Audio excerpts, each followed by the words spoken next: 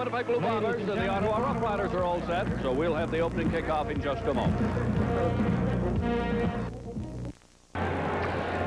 The ceremonial kickoff for this ball game was conducted by Stephen Fagneau, the young man, and what a handsome young man he is, that is running across Canada for cancer. And as far as the game itself is concerned now, it is Ross Perrier who'll be the referee, and we're ready for the official kickoff. And here's another man who's ready, Pat Marsden. Thank you, Bill. Dean Dorsey's kickoff will come to Kevin Mills right at the goal line.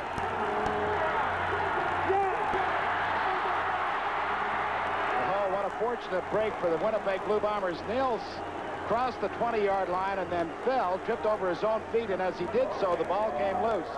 But the Blue Bombers were able to recover it, and so they will start from their 23-yard line. There's that little turf monster, Pat. Just came up and grabbed his foot. So the Blue Bombers, with Tom Clements at the control, will begin inside their 25. Willard Reeves, the #1 rusher in the entire CFL, is number 38, as Clements comes out throwing. And he picks up about 7 yards. The pass was complete to James Murphy. Let me tell you, Leaf, you'll know about this. That sun was right in the receiver's eyes, and it will be for the few opening moments of the first quarter here until the sun sinks completely. Well, it appeared as though James Murphy was really tentative catching that football, and I think the sun was a large factor. Good offensive line there. John Bonk, the veteran, anchoring it down. Chris Walby just got married last weekend, so he should be in great shape. And this is exactly the situation that Clements loves. Of course, it's second and just inches to go for the first down. He can do anything he wants. He'll keep it himself, falls forward, and gets very close to the 35-yard line. So it'll be first down, Blue Bombers. That's a great way to start. Come out, pick up almost 10 yards. Then the other thing, like right now, as we were mentioning about the sun factor, about another 4 or 5 yards or 2 or 3 minutes, and the sun will no longer be a factor in this game. There's a look at the defensive lineup of the Ottawa Rough Riders. Young Dan Rasovich has done a good job, number 43 in the middle since he came in early this season. Clements' pass. It is complete once again, this time to about the 41-yard line. And there to make the reception was Jeff Boyd. He was forced out by the corner on that side, Charles Johnson, number 38.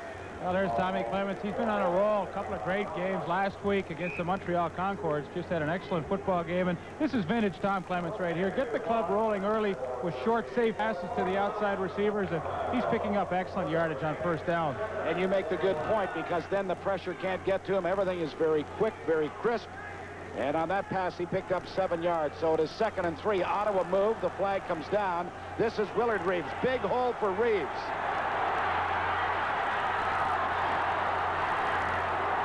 Ken Miller comes back to strip him of the football, but who got it?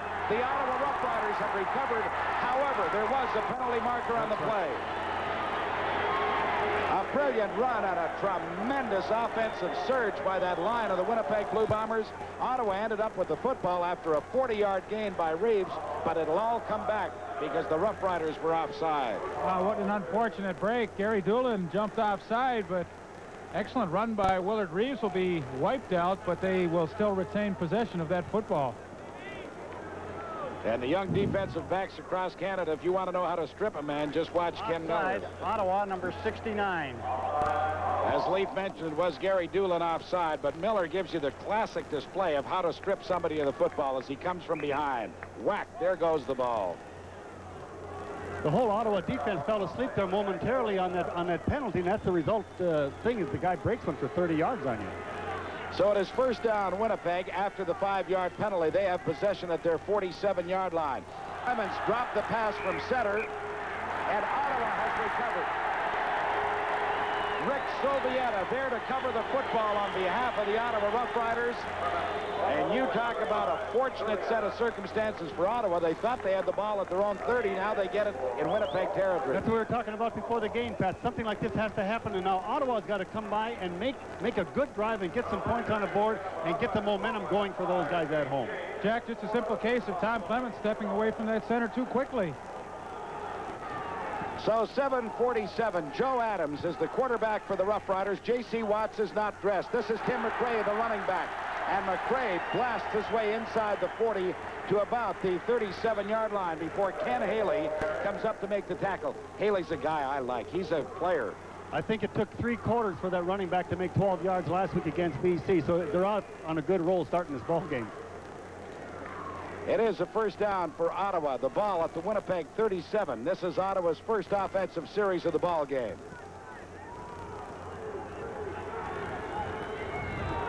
Adams hands the ball off to Harrison this time. As a matter of fact, it was Tim McCrae again, 24 and not 34.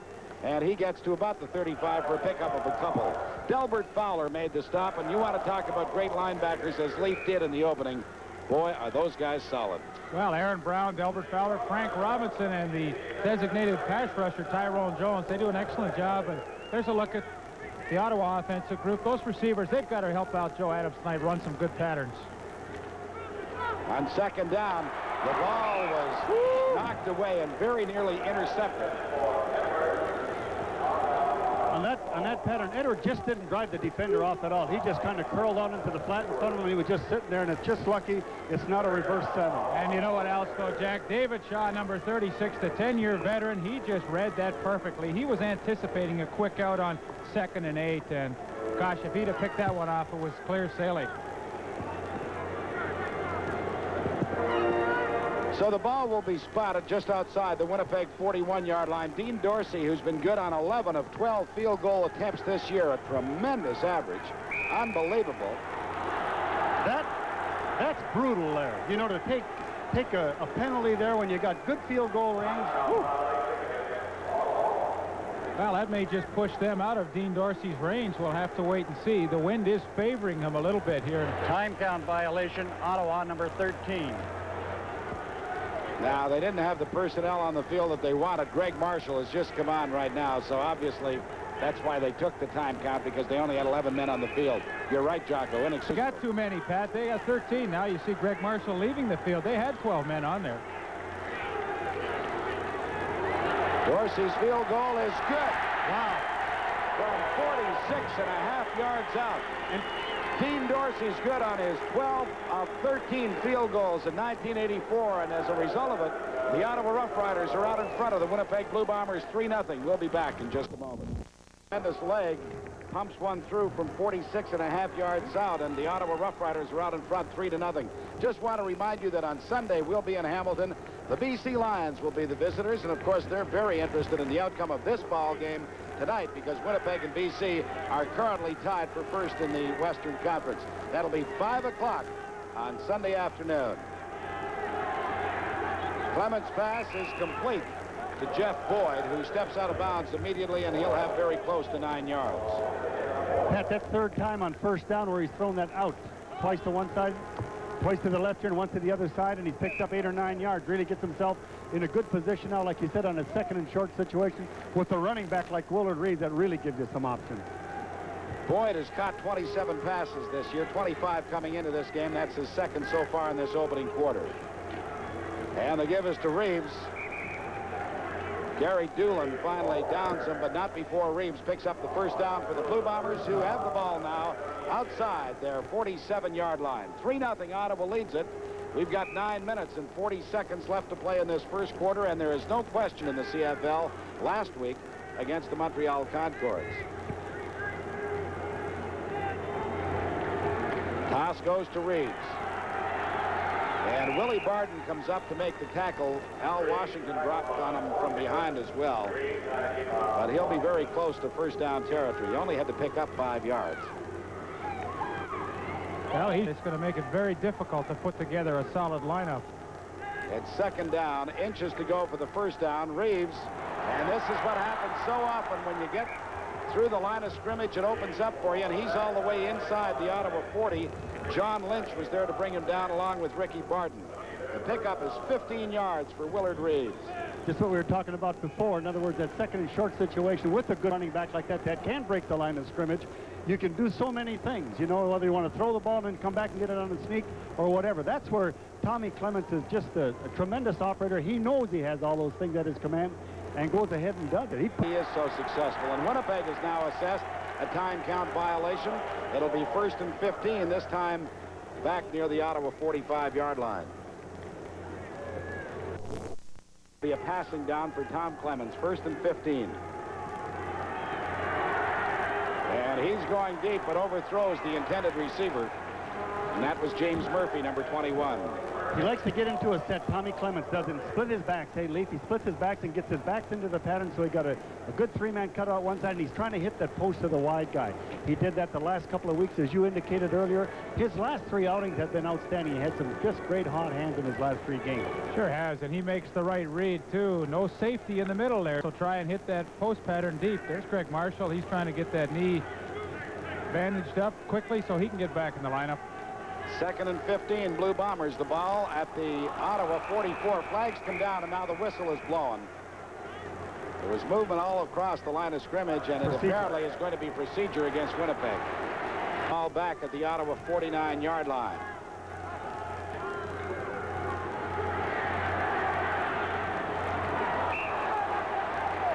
Ricky Barton was defending against Willard Reeves. There was contact, but no interference call, and so the Blue Bombers on 3rd and 20 send out their specialty unit, and that is Bob Cameron coming out to punt. There's Skip. What to worry about is that they're not on the field too much tonight against Winnipeg. Surprising the last play, Pat. In other words, it was 2nd and 20, throws the ball for 5 yards into the flat. That's not like Tommy Clements. Whew. Cameron's punt, fielded by Newman at his 5-yard line, and he is dropped right near the goal area. A penalty flag is down as well. It was a 43-yard boot by Cameron, and when we come back, we'll find out what the penalty flag is about. Ottawa leads the Blue Bombers 3-0, and we'll be back in just a moment. Illegal substitution penalty. Aaron Brown came out onto the field late, number 52, and then Ottawa was also penalized. Illegal block. Ottawa number 37. 3rd down repeated. And there you hear the illegal block assessed against the Ottawa Rough Riders, number 37. That's Shane Ireland. So they'll replay the down. It's 3rd and 20, and Cameron is booting for Winnipeg.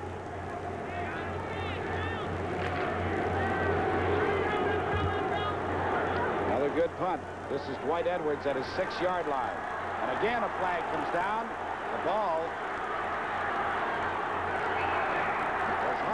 by Dwight Edwards, who's dropped back at the 1-yard line. So after all those penalties, we've got exactly the same situation. Ottawa's going to end up with the ball at the 1-yard line because, again, there was a blocking infraction. For the life of me, I can't understand why guys will clip a guy or block him from behind when they should just pass him up. You know, John Lynch is going to get fingered on this one, but gosh, George Brancato, he's probably told his guys 100 times, if you can't block him legally, pass him up. But yet, starting at their 2-yard line. McRae, the ball carrier, and he fights his way out very close to the 5 for a pickup of 3. Aaron Brown, number 52, is there to meet him. That's a tough area of the field for Joe Adams to operate. You really have to be so conservative in your play selection. Don't want to be too dangerous, and it'll be tough to pick up a 1st down rushing against this Winnipeg defense. You'll probably air the ball out on this one just down along the sideline or something like that. Hope that there might be a defensive infraction or something like that, or catch the long ball. Just get it out of there, but don't take the sack.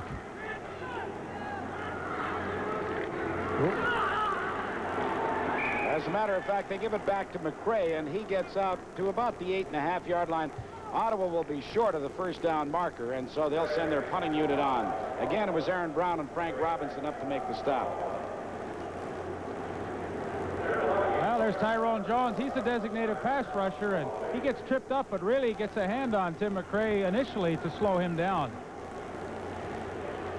So Ken Clark will be punting for the first time in this ball game, and that comes with 5 minutes and 10 seconds left to play in this opening quarter. Ottawa ahead of Winnipeg 3-0 on a 46.5-yard field goal by Dean Dorsey. Clark with a good punt. And what a super downfield tackle by Wayman Aldridge on Ken Haley. First man down, and he just clipped him right at the ankles to bring him down in Winnipeg territory. A 51-yard boot by Clark. Absolutely no return. Pat, I was talking with Dickie Adams, who works with the specialty teams. He said they really worked hard. They were really disappointed in the way their specialty team played out in BC, and he said that was an area of great effort this past week, and it was evident on that play. So the Blue Bombers start at their 53-yard line. Clemens' pass is caught by Boyd. And he fights his way down to the Ottawa 32-yard line, dragging Ricky Barton, number 25, along with him. The pickup was 23 yards on the pass from Clemens to Jeff Boyd. Great execution by the Winnipeg receivers. Just a zone pattern where they try and hook that wide receiver up in the open area, and he sure finds it, makes a nice move to pick up some extra yardage. Well, both of their wide receivers, Boyd and Murphy, can fly. Boyd showed it to you there. As Willard Reed takes the handoff, gets to the 30-yard line for a pickup of a couple. Al Washington was there to make sure he didn't go any further. Tommy hasn't thrown the ball to his inside receivers, Popolsky or House, yet. Now let's see if he comes up and does that kind of a thing like right now in the second long situation.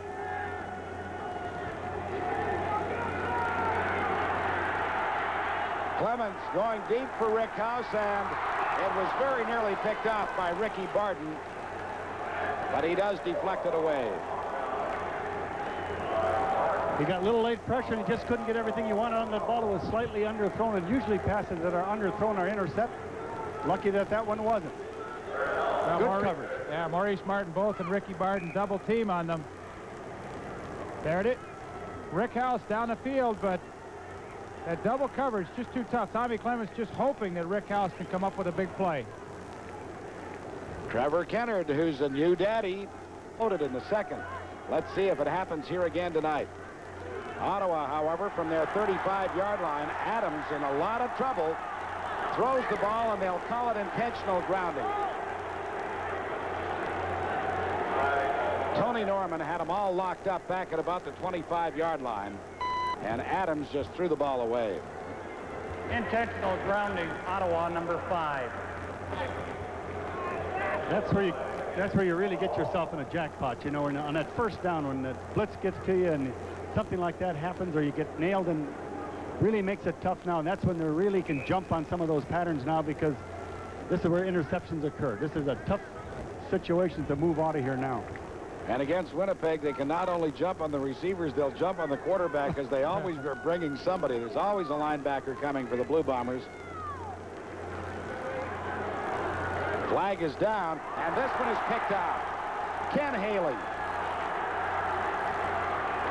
And Haley is all the way into the end zone for a touchdown. There was a flag on the play, but Ken Haley, who has really jumped into my heart as one of the super young defensive halfbacks in this league, comes up with another big play, but let's wait and see what the penalty is about. Illegal procedure. Ottawa, number 50, declined. Touchdown. The touchdown will stand. The illegal procedure penalty was against Kevin Powell, and the Blue Bombers are out in front of Ottawa 7-3 with the point after yet to come. Well, here's a look at Ty Gray. That's who Joe Adams is trying to hit on the hook pattern, but number 24, Ken Haley, reads it so well, slides across, comes up with his 7th interception of the season, and the first touchdown of this ballgame. What a great run back as well. Well, you know, Leaf, we could have for the second straight Friday night the defensive star of the game being the same man, Ken Haley. Well, he's just had a super year so far, Bill. The point after by Trevor Kennard is good, and the Blue Bombers are now out in front of Ottawa 8-3.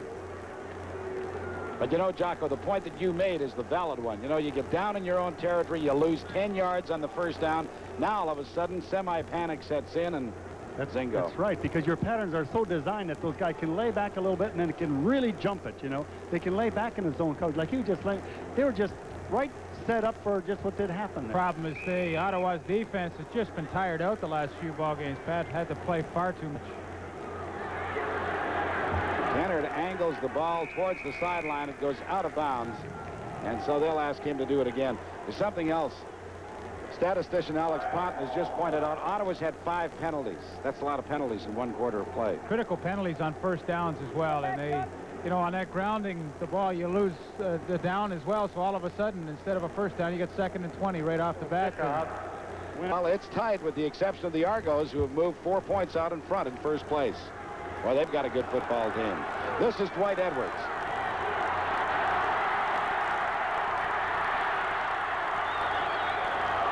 ball is stripped from his arms, but it is ruled that Ottawa has recovered at the 40-yard line.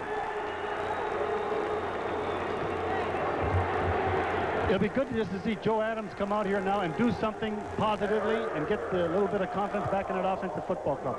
And see him get it moving upfield.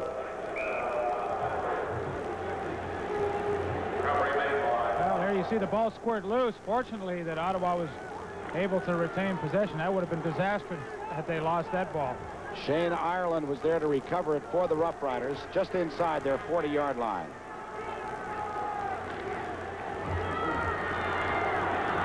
Adams' pass was intended for Dave Newman, but he wasn't able to bring it down. Now, Pat, these guys have really had a rough time catching footballs the last few ball games.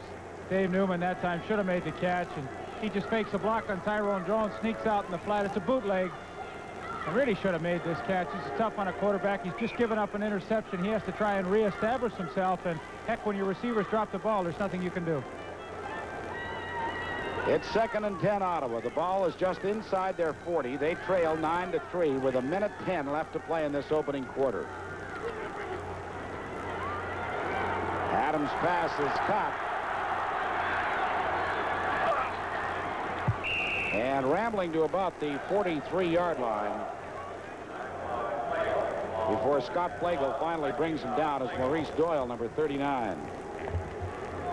You know, I think that the definitive thing to be said about this Ottawa club, whom everybody predicted would give the Argos a run for first place this year, comes from the coach himself, Brancato, who says we're going to be as good as anybody when everybody is playing. Murphy allows it to bounce. And then a flag comes down. Scott Flagel went in and jumped on the ball, and Ottawa will probably be assessed a no-yards penalty. This is a situation I know that drives you crazy, Jocko. You think that that's a rule that you'd like to see altered in some respect. Once the ball hits the ground, yeah. In other words, I wish that the 5 yards was off, because football is a game of aggression, and the guys run away from the football like it's a live grenade down there. You know, the covering team. It's a hard thing. Right? No yards. Ottawa, number 60. First down. Well, how'd you like to be the center snapping on 3rd down punt? Watch Bob Stephen as he just gets corked here. That's not my idea of fun. Blue Bombers have possession at their own 45-yard line.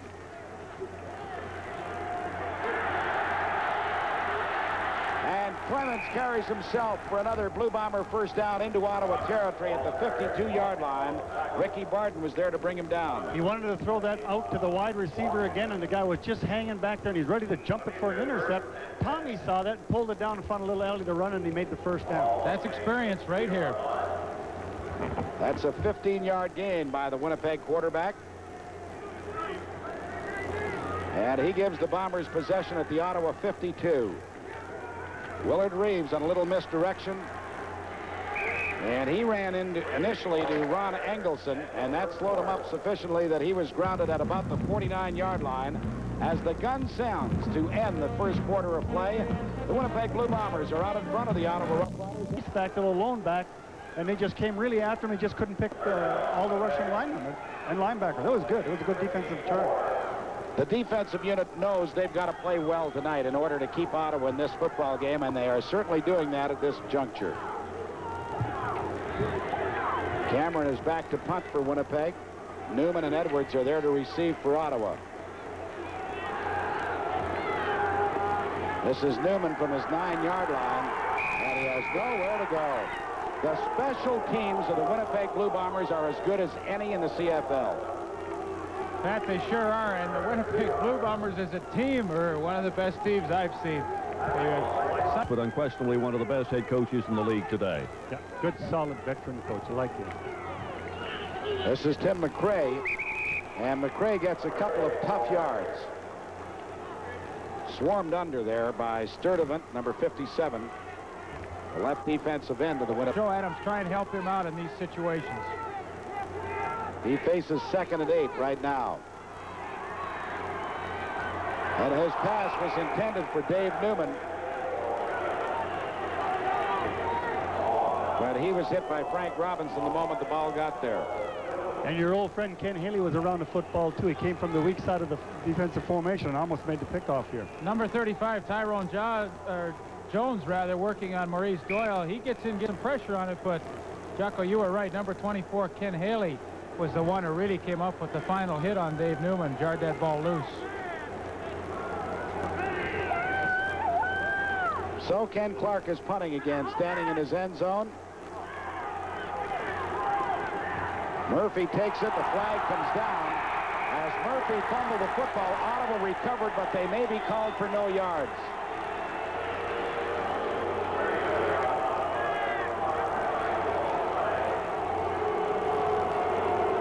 Winnipeg will retain possession, and they'll also tack on the penalty for no yards, and the Blue Bombers will be deep in Ottawa territory at the 33.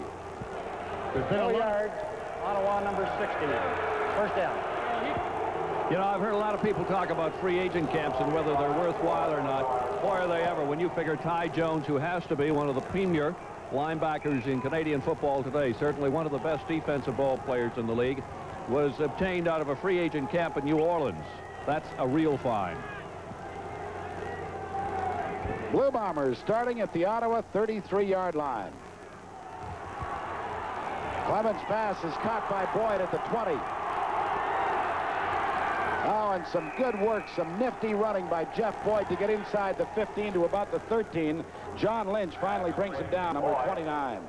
Well, that's the same pass he caught earlier in the first quarter. Just that hook pattern. Tommy reads the coverage perfectly. So does Jeff Boyd. He throws that ball even before he's made his break, and he makes a nice catch. See how he uses those hands?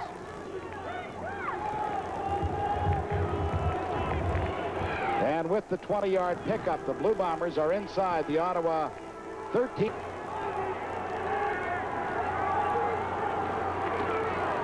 This is Willard Reeves on the draw. He gets to the 10 for a pickup of about 3. Again, John Lynch, number 29, was there to help bring him down. They came with the blitz in that situation, but as a running play, and he found a little alley in there. Sometimes you can break that hay-leaf and just bust it all the way in. Sure Pretty can. good call. Sometimes that's the best way to offset blitzing linebackers, try and sneak it back through. He filled all the rushing lanes. Defensively was good. It's second down, 7 yards to go for the first down. Clemens goes to the end zone. And I didn't see, did it hit the post? Yeah. I think it did, Pat. It did.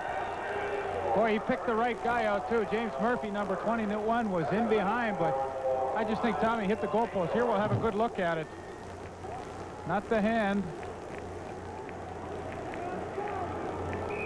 Now, he could probably stand there, and 10 out of 10 will not hit that post again. You tell those defensive guys to get your hands up. That big guy with steel, he got his hands up all right for Ottawa that end. The 13th man on the field right there. So Trevor Kennard will attempt a three-pointer from the 18-yard line. And he makes it good. And so with 11 minutes and 12 seconds left to play in this first half, the Blue Bombers have jumped out in front of the Ottawa Rough Riders 11-3, and we'll be back in just a moment.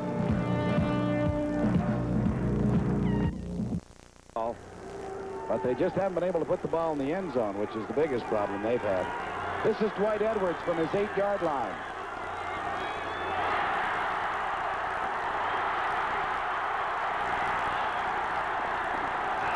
Tremendous. Just an outstanding return. I mean, a brilliant piece of broken field running.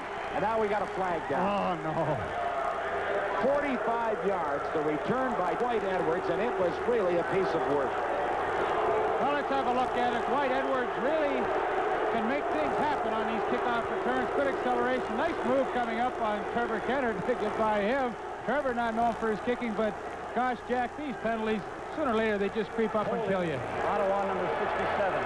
Just giving you a little lift to get good offensive field position, and you're back in the shadow of your goal line again. Well, you know, Edwards comes by it honestly. Of course, that broken field running of his, he has the leading punt return, leading kickoff return, and it's all as the result of the type of running you just saw him come up with. Now, if he could only catch the ball on offense. And he does pretty well at that, too, Leaf. This is Tim McRae, and McRae gets to the line of scrimmage and not much further. But, you know, the amazing thing about that return by Edwards, he did it against the a club who just doesn't allow that type of thing to happen. Yep. So it was a great individual effort. All nullified, of course, by the holding penalty to Rudy Phillips.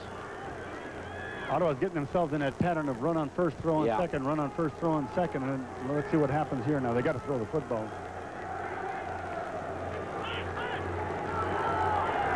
This is Newman. And Newman gets a big first down for Ottawa. And then is wrestled down out of bounds. The fans felt that there should have been a penalty, but actually David Shaw made sure that he didn't fling him to the ground. As a matter of fact, he carried him down on top of himself. Well, I'm glad you pointed that out, Pat, because that's exactly right. The fans very upset here, but David Shaw, I tell you, he's a good guy. Watch this. He really has a chance to nail Newman out of bounds, and he just makes sure he does not go into the bench. So the pickup is 15 yards for Dave Newman. And Ottawa has possession at their own 30. And we're going to have a time count violation. Little mix-up in the formation there. McRae and Harrison couldn't decide who was supposed to be on which side. Good blocker. So it's 1st and 15, Ottawa, from their 25. Adams fires it out there. The catch is made back of the line of scrimmage by Wayman Aldridge, but he ends up losing a couple of yards. Well, actually, he picked up because of the penalty, so it'll be 2nd and 12. Situation time after time. Let's see if they come back and throw that pattern again to Newman, where he just comes out and runs into the flat, and the wide guy runs a post cut. Well, it doesn't matter what they ran, because Adams is sacked once again by Ty Jones, number 35. Well, he wanted to go to Dave Newman, but the Winnipeg Blue Bombers had double coverage, and he just didn't have time to pick out a secondary receiver. Ty Jones comes up with the sack. See, that's the problem with young quarterbacks sometimes. You know, right away, after 5 steps downfield, he should have been able to recognize that that's double coverage. I've got to go to my secondary receiver right away. This one is blocked. Scott Flagel flew through there to block the punt. It is picked up by the Blue Bombers, in for the major score. Number 35 is Ty Jones, but he can give half that football to Scott Flagel, who just flew through there. Just a great play. That's something like he did against the Argos early in the season, isn't it, Pat? Just going to mention that, Jack. He's become very good at doing this. There was a flag on the play, and it's going to be against the Blue Bombers. Ooh, wow, as an old friend of mine says.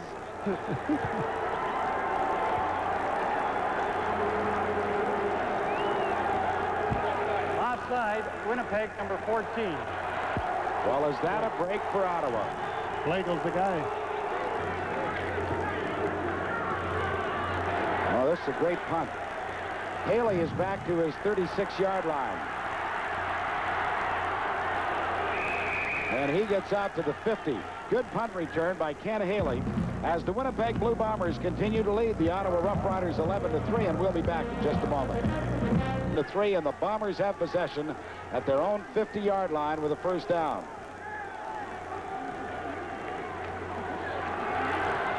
Clements. It is complete to Dan Huckluck. And Huckluck is very close to another Winnipeg first down at the Ottawa 50-yard line. And it is first down Winnipeg. Brought down by Ken Miller. Good choice by Tommy Clements. He really wanted to go deep, but when he saw everybody drop off, just dump it off to the backs, and he'll pick up some good yardage for you.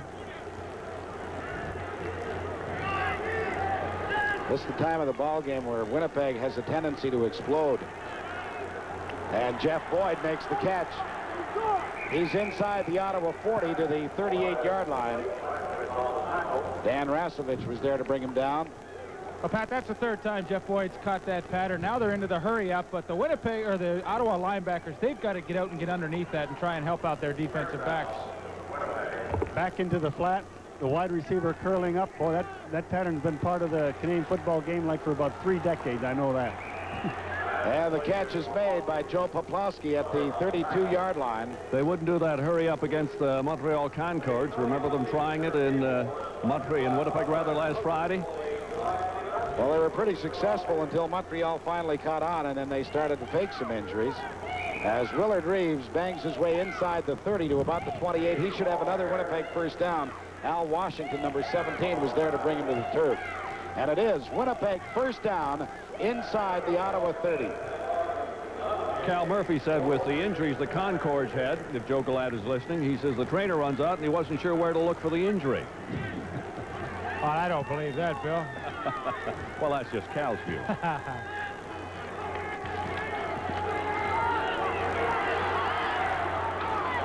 Clemens' pass is caught by Rick House inside the 10, and he fights his way to the 5. Oh, that's just a great throw by Tom Clements. He just threaded it over top of the outstretched arms of, I believe, number 17, Al Washington, and Rick House makes a really good catch. Good concentration on the football. Tommy did a good job of just stepping up in there. He just looked like a true straight drop back guy, which is not really his act. Winnipeg has possession inside the Ottawa 5-yard line. First and touchdown to go, Blue Bombers. Willard Reeves, the ball carrier. He does not get in, but he gets down very close to the 2.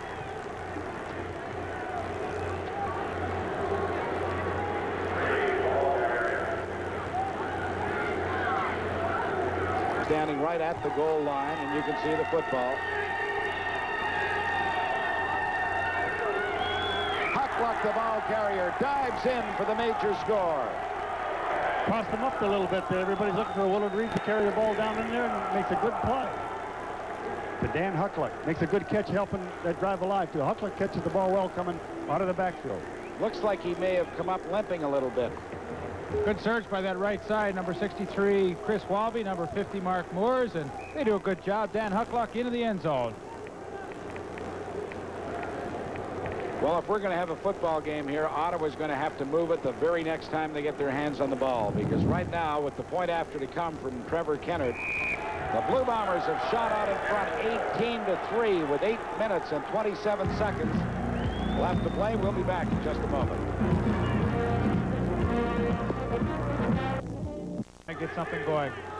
Go to those quick passes. Try and establish some momentum.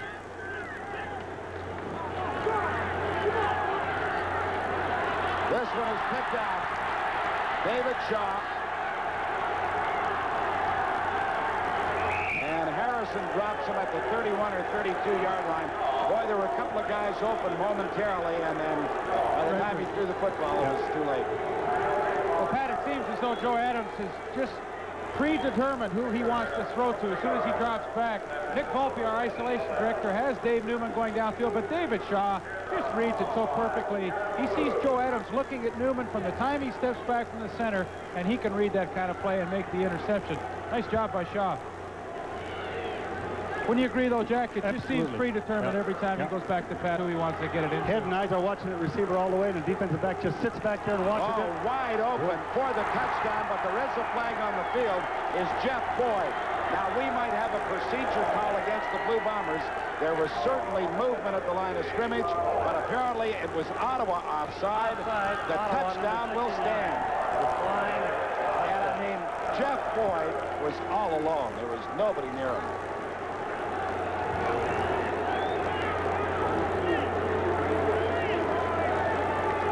He's had a good first half catching that football, those hook patterns, and now he just gave a little fake and took it on upfield, had the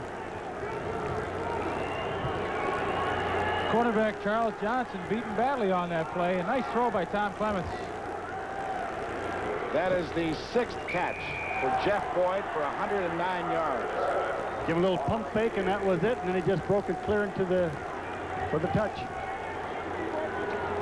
Well, they've really broken this game wide open, and the interception that Dave Shaw made really was, that's the straw that broke the camel's back for Joe Adams. You know, you've been talking a lot, Leaf, about Tom Clements. Well, fans may remember that he led the East passing quarterback in 75, 76, 77, and that was with Ottawa. Then he led them again. That's the Eastern Conference 81 and 82 with Hamilton. I mean, he has been one of the great quarterbacks in this league, and he could become the first quarterback to be the leading passer in both the Eastern Conference and then to have become the leading passer in the Western Conference the way he's going with the Winnipeg Blue Bombers. Well, your point is well made, Bill, because he's been good on 10 of 14 tonight for 166 yards. And he's always got good offensive field position as a result of that dominating defense, hasn't he? In other words, that's complete team football, the way that we've talked about their specialty teams also. They're tough. This is Dwight Edwards. Allows the ball to bounce, then takes it at the 4. And then he finds the touchline open, but he steps out as he gets to the 19-yard line. Boy, he almost made a real mental error there, letting the ball bounce. He was hoping that it would go out of bounds, but the ball landed softly, and he had to pick it up and run with it. But really not a wise play or decision on his part.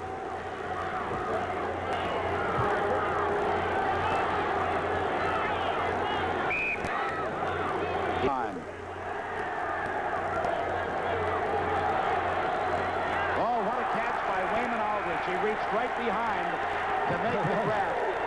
I mean, that's a fine catch. That was a great catch, a great pair of hands on that one. 14 yards to pick up. Ottawa has the first down, and boy, do they desperately need a few of them right now. How did you get him, Jocko? Because you had Wayman Oliver. We got him out of University of Nevada, Las Vegas. Pat Hill was coaching with us, coached that kid in college. Recruited him for us. Calgary, this a couple years ago. First down, Ottawa at their own 33.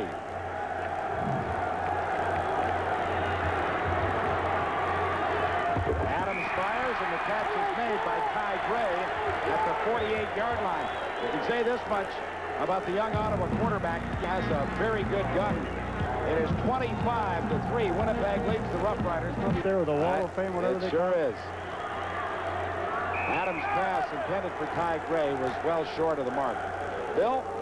One of the fine defensive players, of course, the Shenley Award winner, Greg Marshall. Greg, I know it's tough, but what do you do to try and hold a fellow like Tom Clements from beating your brains out? Well, the big thing is you got to keep Tommy in the pocket because he likes to get outside and throw on the run. And, you know, Winnipeg loads up on the defensive ends and make it tougher to keep him out there. But I think the big thing is we got to keep giving him the ball in such good field position. You know, they're good enough offense without giving them great field position all the time. Adams' pass is complete on the Winnipeg side of midfield to Ty Gray. 28 yards. Gosh.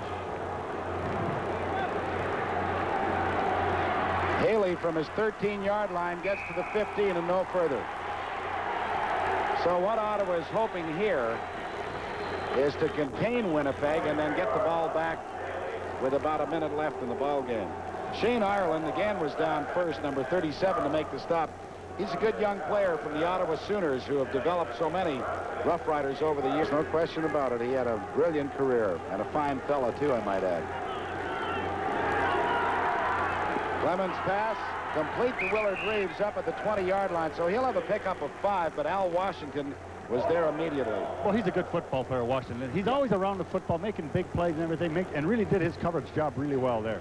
Let's have a look at Al Washington from Ohio State. Just back in that zone coverage, reads the play, good football position, comes up, makes a nice hit on Willard Reeves. They spot the ball over the 20, so it's second and a short 5 for Winnipeg.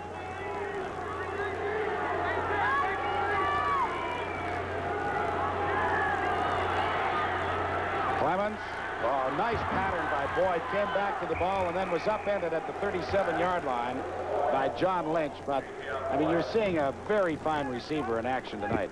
And that's one of those cases, too, where the quarterback is so honed in with him, so tuned in with him, it's just like they're playing pitch and catch out there on those corners, and it's just devastating. Yeah, it's just like a practice session for Tom Clements and his receivers, and he's got such a good group. Jeff Boyd, James Murphy, the wide receivers, Joe Poplawski and Rick House, the inside. Who wouldn't want those four?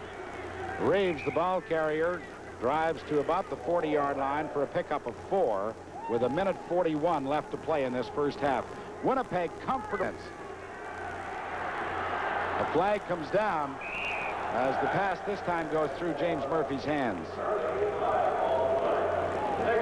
Penalty, Ottawa declines it, and so we'll see Cameron and the punting unit of the Blue Bombers with 1:34 left in the half. Well, that's what Tommy does so well. Throws the football on the run. Yeah. Go both ways. And it's funny, Don Matthews and I had a chat about that out in B.C. last weekend, and he said, gosh, I thought Warren Moon was one of the best as well. Well, this is a great punt by Cameron. Edwards is at his 18-yard line.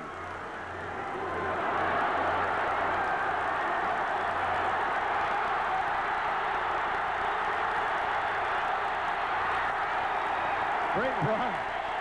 I mean, this guy can return. Oh, boy. What a change of pace and what an acceleration and everything. He's really exciting. That was a great play. Well, he just never gives up on this kicking situation. A number of people have shots at him, but Dwight Edwards keeps those legs going, and that's the key. Can't stop your feet from moving, and he does an excellent job. You know, a lot of guys return punts because they're told they have to. He looks like he enjoys returning. Oh, no, that's the favorite part of his game, I'm sure, those kicking situations. 56-yard boot, a 37-yard return, and Ottawa has possession at their 53. The screen pass for Harrison was dropped for Ty Gray, but it was well overthrown. And Donovan Rose almost came up with the interception. Well, had he not touched the ball, Scott Flagel certainly would have picked that off, I'm sure. Let's have a look at it. Overthrown, trying to go to Ty Gray, but Donovan Rose just not able to hang on to that interception.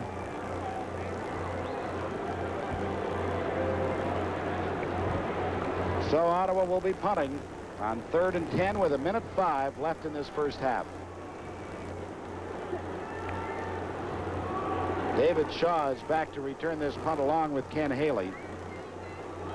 And again, another good boot by Ken Clark. Haley from his 13. And this time he gets it out over the 20 to about the 23-yard line.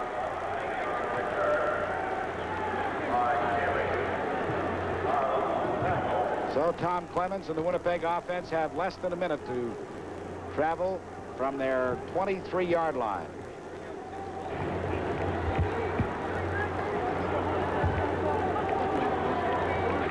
The handoff goes to Reeves, a big hole for him, and he explodes out to the 39-yard line for another Winnipeg first down. Maurice Martin, number 23, brought him down along with John Lynch. When they catch a team in that two deep defensive secondary, look, and they hit a quick inside running play, there's nobody there to come up and force in the secondary. Clemens' pass was over the intended receiver, Joe Poplowski's hand. So that stops the clock with 43 seconds left to play, and it'll be 2nd and 10 Winnipeg at their 39. Blue Bombers 25, Ottawa 3. And exactly the same kind of a pattern as we saw last week in Winnipeg. Close game in the first quarter. Winnipeg then just takes command in the second.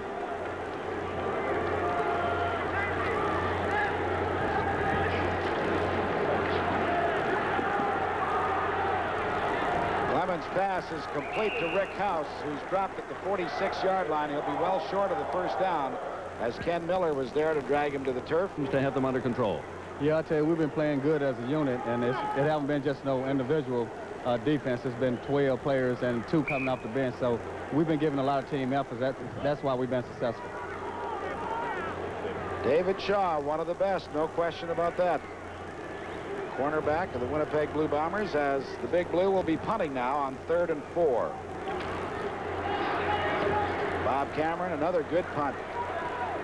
Edwards is at his 8-yard line.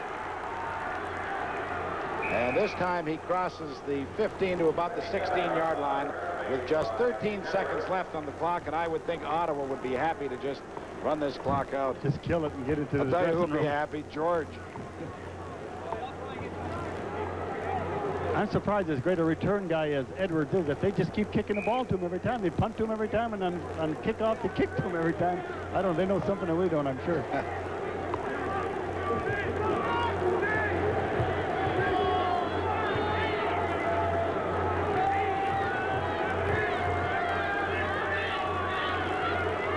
This is McCray, and McCray picks his way to about the 19 with 8 seconds left on the clock, so we'll have one more play. Ottawa will not have to kick the ball.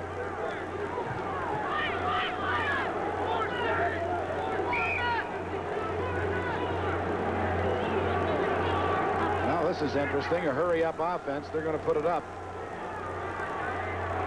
Adams pass right through the hands of Wayman Aldridge, and this one is picked off once again. Donovan Rose for the Blue Bombers. No time showing on the clock. That's Ottawa is very, very fortunate to get out of that.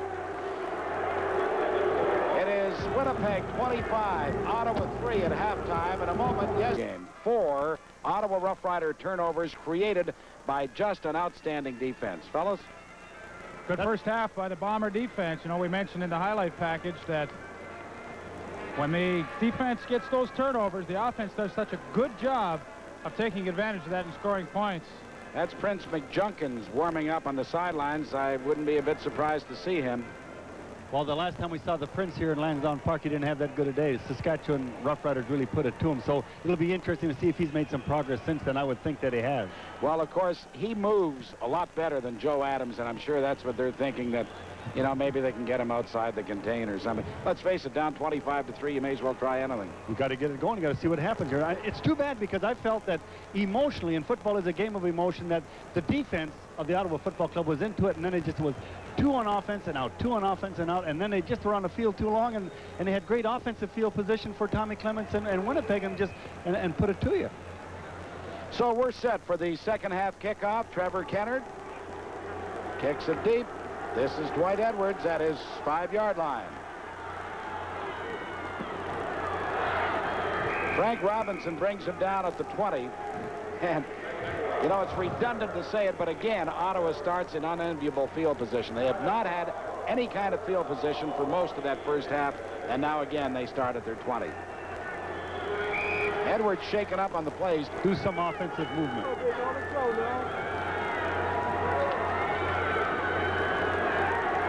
And there he goes, just as Jocko suggested. Did Harrison make that catch? No, I think he dropped it, Pat. He gave it a good effort, tried to bring it in with one hand, but wasn't able to. But again, just as Jocko suggested in the very first play, McJunkins rolls out of there, looks for his receiver, and Harrison wasn't able to bring it in. A lot less to worry about. Well, he stepped up nicely there, but unfortunately for him, there was somebody else coming. Delbert Fowler was there to trip him up. Boy, Delbert Fowler just came with a really strong pass rush. He'll be at the right side of your screen when Prince McJunkins finally has to turn back. There he is, number 72. What an addition he's been. He's really been the final player that's put this whole defense together, because when they're 3-4, you got to have 4 good linebackers, and they certainly have them. They like that rangy, fast-rushing outside guy that can contain the football when he has to, and then Ty Jones on the other side. Those 2 guys are dynamite football players, for this defensive concept especially. This is Haley from midfield, and he gets inside the Ottawa 50 to about the 48-yard line, where once again the Blue Bombers will take over in Ottawa territory. Dan Rasevich was there to make the stop for Ottawa. Quick passes if he can. Boy, I keep saying that. I wish they'd try and do it. Clements pass there to his pitch and catch, like the fellas were saying, to Jeff Boyd. And Boyd is inside the 35-yard line before Ken Miller drags him down.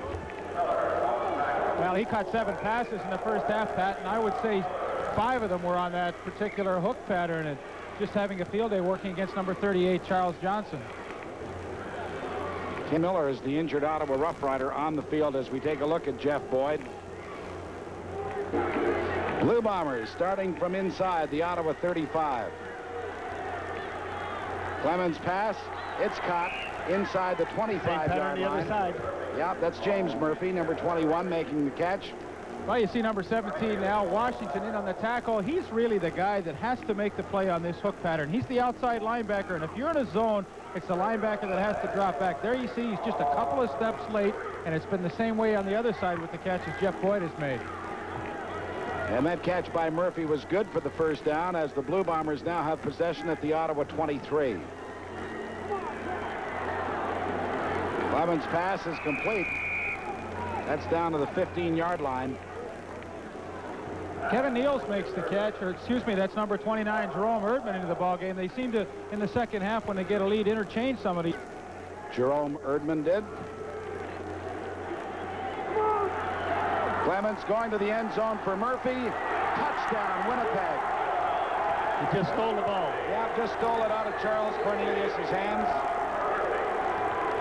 No problem there. They took over possession, marched all the way down the field. Nice job by number 21, James Murphy. Tommy Clements dropping back, trying to hit that out and up pattern, and the ball slightly underthrown, but once again, Murphy sees the ball all the way, able to make the adjustment, come back and over the top of Charles Cornelius. That's a great catch. It really was, because to my way of thinking, that's an offensive interception. In other words, the defensive guy should have position on a ball that's slightly underthrown like that and make the defensive play. Isn't it funny how Winnipeg over the years has always come up with the good wide receivers? Eugene Goodlow, Mike Holmes, now Murphy, and boy, they've got some great ones. And they also have a very comfortable lead in this ball game. It is Winnipeg 32, Ottawa 3. We'll be back in just a moment. And Saskatchewan is in Calgary for a very important contest there. And Ottawa touched the ball, I believe. If they did, and it rolled out of bounds at the 21, that's where they'll take an offside penalty on the kickoff. So Ottawa will have a chance now to return it.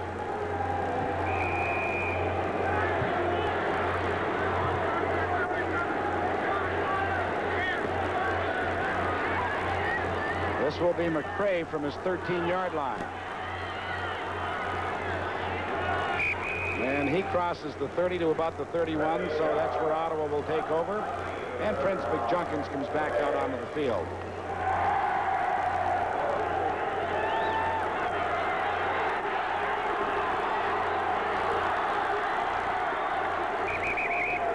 Well, he ran a long way to pick up a couple of yards, did Prince McJunkins. Prince looked like he was going through a minefield there.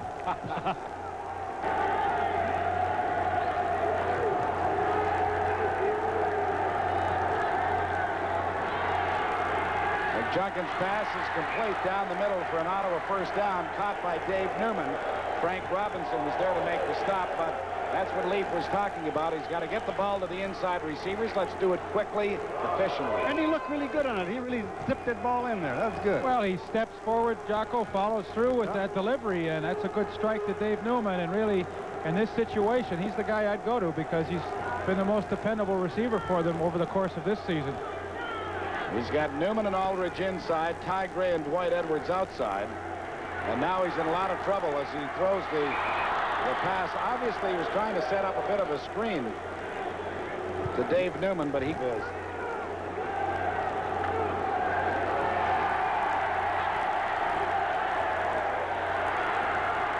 Dave Newman makes the catch and gets to the 48-yard line, which will leave Ottawa 5 yards short of the first down. This is probably his third game.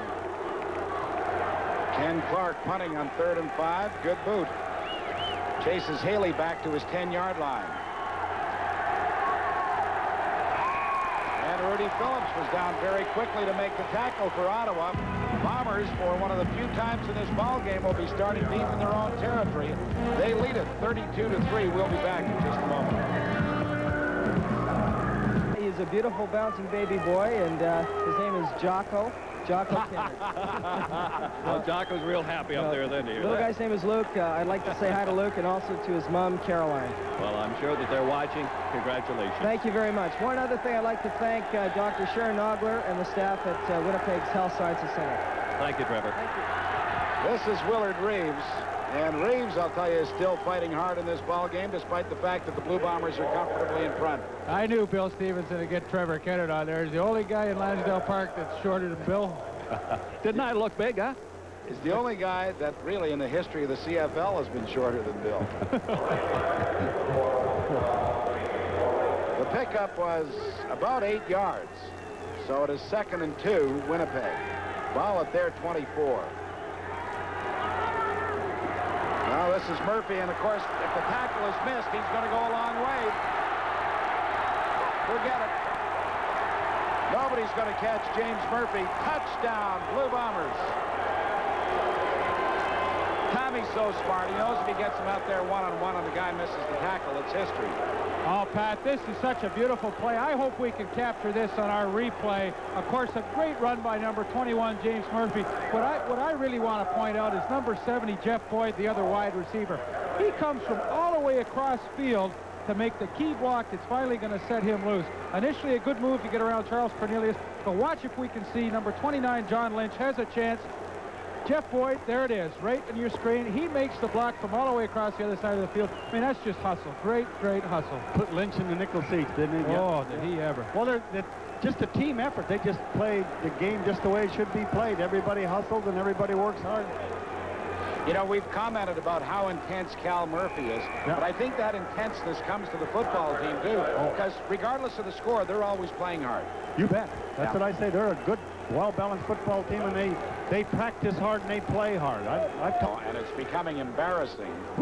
39-3 with 8:32 left in the third quarter. Well, this is the time when you fatten your statistics. Ball goes out of bounds, and Winnipeg will have to kick it over again. A quick out and ran a quick out. Jeff Boyd made an excellent block. I seen green all the way, so that's my job, just to run with it. Well, the offense has really been rolling, James. They look very explosive tonight, the whole offensive and defensive team. Hi, Mom. Hi, Cheryl. Bryson. Tim McRae from the 10-yard line. And McRae hustles outside the 35 to the 36. Ottawa better keep hustling, though, because I would think as a coach, Jocko, you can tell me this, you'd be looking at guys, and if they're not hustling... Oh, yeah. Listen, George Brancato is one of those guys that he's a pretty cool hombre, but he'll make some decisions in his mind. In other words, as he indicated before, he's got a chance to make some player moves after this game. They got 2 weeks till they play again. Then here they haven't been able to do it all night.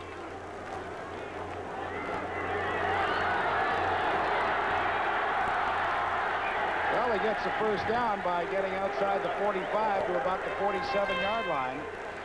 Tony Norman, number 55, finally brings him down.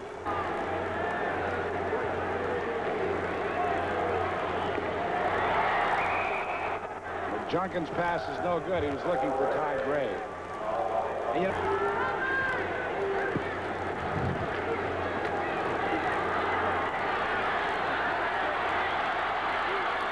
This is Harrison.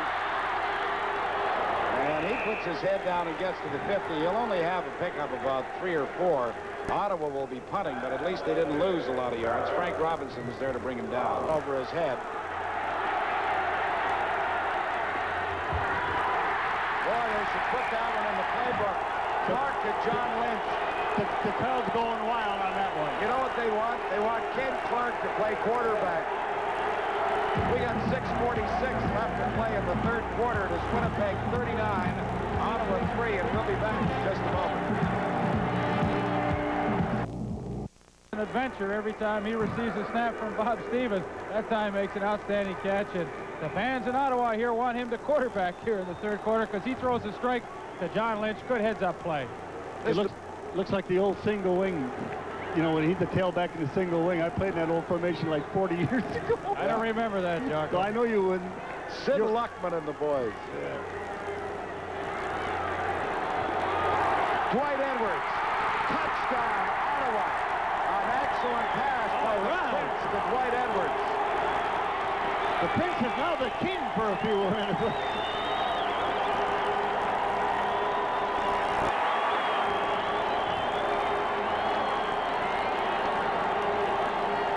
There's a flag down on the field, but it may be an unsportsmanlike conduct penalty against Winnipeg. We'll find out. Well, that's what the people here at Lansdowne Park came to see. Prince McJunkins hooks up with number 3 wide receiver Dwight Edwards. He gets in behind Donovan Rose, the cornerback. A nice post pattern, well-executed offensive play. But, you know, football fans are great. Now, their team is behind by 30 points, yet they just went crazy. You'd think they'd scored the go-ahead touchdown. That's the first catch of the night by Dwight Edwards. Well, it was a good one. For sure.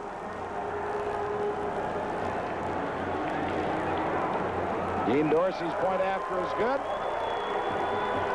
So the Winnipeg Blue Bombers still have a comfortable lead. It is now 39-10. Threw the ball well, though.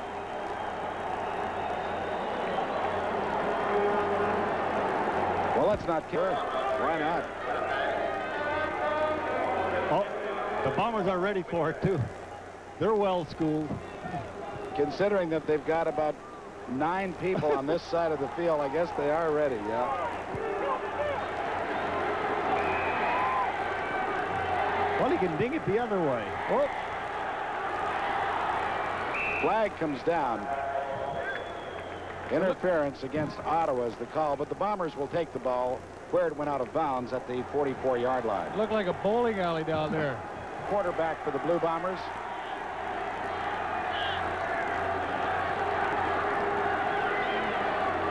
And looks just the same. Hofnagel throws to Jeff Boyd.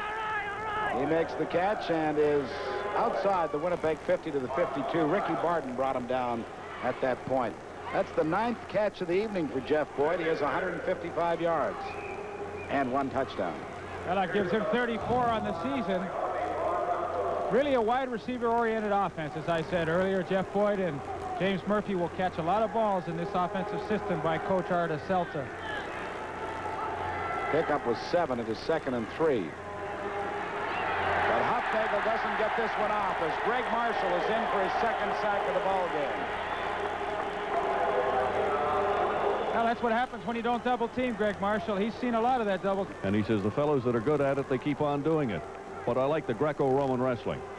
That's a good line. Another good punt by Bob Cameron. This is Dave Newman from his 15-yard line. And Newman gets out to the 30. Good return by the former University of Missouri star. 51-yard boot and a 15-yard return by Dave Newman. Kenny Clark, after he had one block, he came back and he hooted one about 55 yards the next time. He's tough. Listen, that Bob Cameron, he's a heck of an athlete. Quarterback from Acadia University, was a Heck Creighton winner, most valuable player in college football in Canada. There's another turnover. And that's David Shaw giving Winnipeg possession inside the 30-yard line. Excuse me, it was Ty Jones. Let's not take an interception away from him. 35, not 36. Well, Steve Harrison should have had this ball, but give Ty Jones credit. He was on his hip and was there to pick up the tip ball. You know, Tommy Clements is out of the ball game now. John Hufnagel is in to replace him. Listen to his stats for the night. 18 of 22 for 337 yards. Not bad, eh? Well, only the 3rd week in a row that he's just come up with an outstanding effort. Ty Jones shaken up on the play, and an Ottawa. Murphy makes the catch, steps out of bounds inside the Ottawa 15 at about the 13-yard line. After you've been beaten one like the last time you beat him, Cornelius is laying off a little bit. He's going to catch a lot of footballs out there, as the spy has indicated earlier. Yeah, here's the throw by Hufnagel, right on the money. Cornelius actually fell down on the play. Winnipeg threatening again. They have total command of this ball game. Hufnagel's pass is caught inside the 20-yard line, and that's Jerome Erdman. Not a very big guy, but boy, he's got good hands. Seldom drops the football. And he's quick. He came up to the junior program at BC, played with the Renfrew Trojans, I think it was. The Lions brought him up, and then now he's over to the Bombers. Willard Reeves, the ball carrier. Touchdown, Blue Bombers. Well, when he gets a full head of steam up, it's tough to bring him down. He's a good, strong running back. I mean, he accelerates, a good, tough kid, and really a fine person. That guy's good. Well, let's have a close look at Willard Reed. Nothing fancy about this, but good blocking up front, and he just breaks it to the outside. Good block by number 29, Jerome Erdman. And boy, when he wants to get in that end zone, there's nobody's going to stop him. See Jerome Erdman? He's working on number 66, Greg Marshall. Did a heck of a job blocking him. 5'10", 175, taking on a big defensive end. Got a big heart. Big heart, that's right. The point after by Trevor Kennard was good, so the Blue Bomber lead is 36 points once again. Winnipeg 46, Ottawa 10. I don't think you're going to see Ty Jones back in the game, Pat. Now, this is not a serious situation. It's just a bit of an aggravation to that Achilles tendon of his, and they have decided that they don't want to endanger any further risk. But Ty's a little unhappy. He wants to go back in the ball game, but I don't think they're going to let him. But it is not serious. Let me emphasize that. It's just a slight aggravation to his previous injury. Well, there's a good look at the Winnipeg sidelines. Willard Reeves, incidentally, has carried the ball 11 times tonight for 71 yards. And, of course, just scored that touchdown. Those Achilles injuries really spook you as a coach. I tell you, he's trying to talk his way into it, Ty. He's just gone up to the coach to try and say, hey, I want to go in. I don't know if they're going to let him or not. That's a look at Steve Harrison's injury on the Ottawa sideline as Trevor Kennard prepares to kick it away. This will be Tim McRae from his 12-yard line. Frank Robinson just threw a saddle on him and rode him down at about the 19. Well, when you can keep that return team within the 20, you're really doing a heck of a job of covering. That's exactly what they've done all night, as you had indicated before, Pat. Their teams are good. Special teams. You know, you look at their club, and they always say that there's obviously a weakness someplace, but where would you say that Winnipeg has a weakness, Jocko? Ooh, I don't know. Sometimes I wonder about the depth of their offensive line, and maybe that might be it.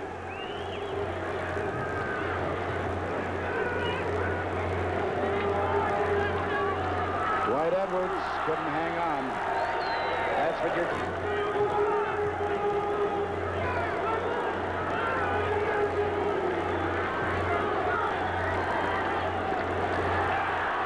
This is Wayman Aldridge. Well, he's hustling. Gets to the 30-yard line. He should have a first down. Donovan Rose. He had it at one time, I know. Yeah. I know he had the first down at one time. Well, here's Wayman Aldridge at the top of the screen. He's just going to drag across, but what Prince McJunkins does is just wait till all those and everybody drops deep. Let it go.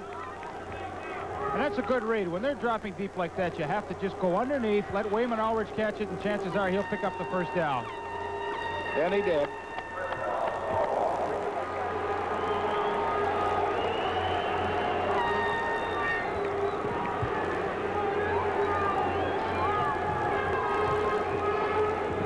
Ottawa with possession at their own 29-yard line, trailing by 36 points.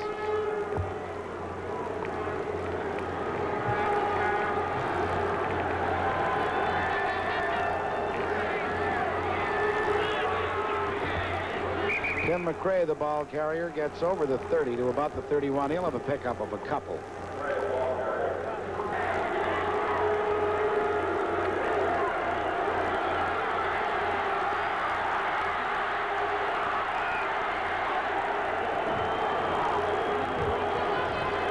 Well, Prince tried, but every place he turned, there was a white jersey. Good as anybody. They really work hard, and they have to be in unselfish positions. In other words, that they're not going to get the glamour like the linebackers are getting and everything like that. They just have to work hard, and and get upfield. And that's exactly what they've been doing for the last number of weeks. Ken Haley took the punt at his 44 and just fights his way to about the 50 or 51-yard line. So the Blue Bombers will take over at that point with 1:09 left to play. In this third quarter, the Blue Bombers comfortably in front, 46-10. Good field position again. Well, I can't remember them having poor field position to start a drive tonight.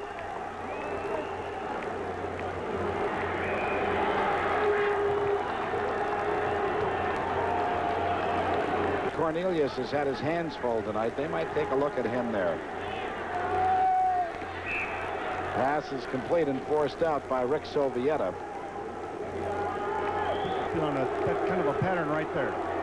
But you see, as you pointed out, though, Leaf, this is a great opportunity for Winnipeg to get some experience for those young people.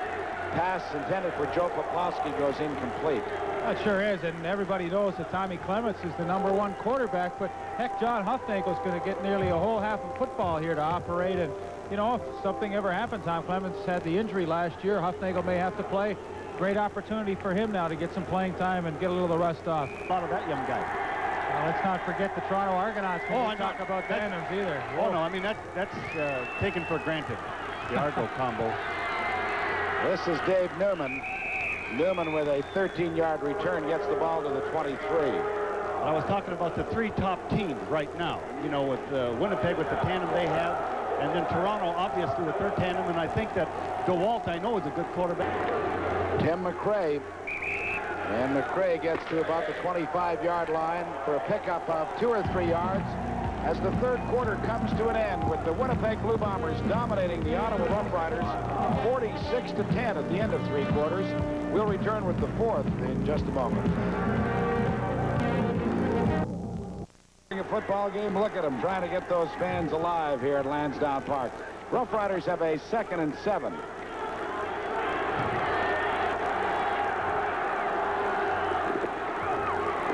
Well, Prince was looking for a first down. A flag comes down, and if it's against Winnipeg, he'll have it.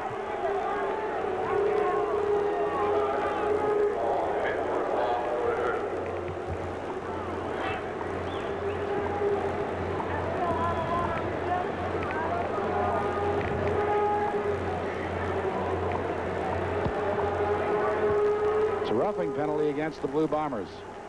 Saw Tyrone Jones in on that play. I noticed that. And then I saw him pursue. Major foul, Winnipeg, number 74, unnecessary roughness. First down. And I'll tell you, if he has an irritated Achilles tendon, the guy should not play, because that's a spooky, spooky injury. Well, that's what it is.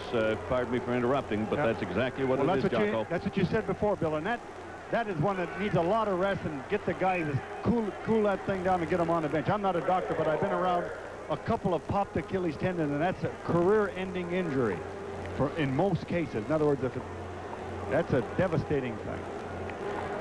Yeah, Tim McRae was the ball carrier. He picked up about 5 yards for the Rough Riders. He is such a competitor, though, Tyrone, that he wants to go back in that ball game. Talking about injuries you don't expect, it is really fall-like weather that we have here for the opening day of the fair in this ball game in Ottawa. Frank Robinson has got himself a few problems with the calf, and normally it happens in heat. Well, there's a big catch by Dave Newman in Winnipeg territory at about the 43-yard line. Ken Haley dove through the air trying to knock it down, but he wasn't able to touch the football. Well, this is what the Ottawa receivers have to do. Newman's just running a hook pattern, but initially he sees Prince McJunkins get flushed out of the pocket. Now, see, he works and works to get to an open area, and that's what you have to do. He does a fine job.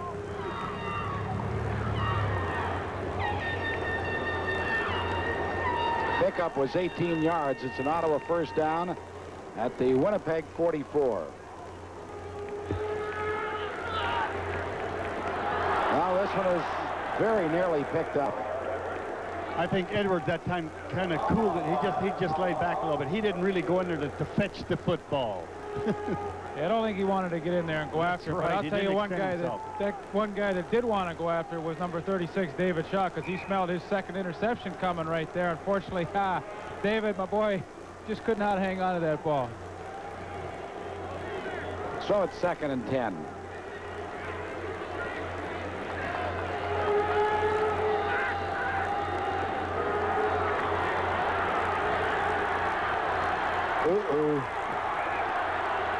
Down he goes at the 50-yard line. It was John Sturdivant, number 57, who was there to drop the Ottawa quarterback for a loss of about 6 or 7 yards.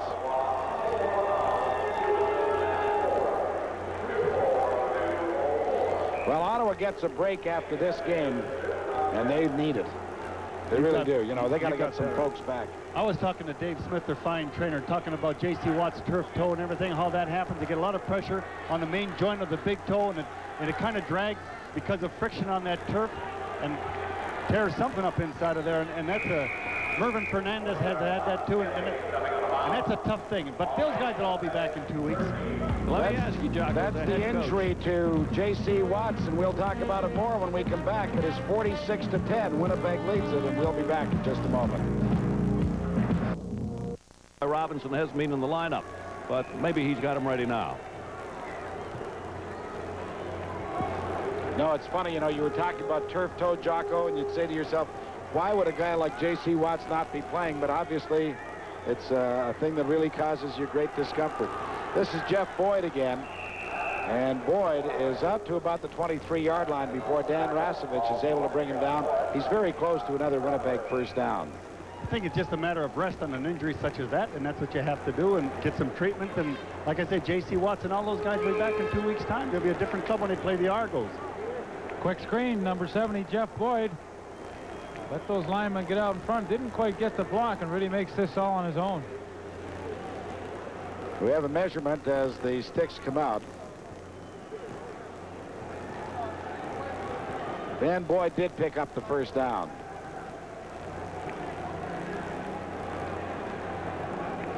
John Hufnagel is in there in place of Tom Clements, who had just an outstanding night. 18 of 22 for 337 yards and a couple of touchdown passes. He's been uncanny. Yeah. The last couple of weeks, he's been outstanding. Got a pair of good wide receivers that you're talking about before. The inside guys are good too. They got a well-balanced group of athletes. This is Reeves, and he's nailed back of the line of scrimmage. That'll go as a team sack.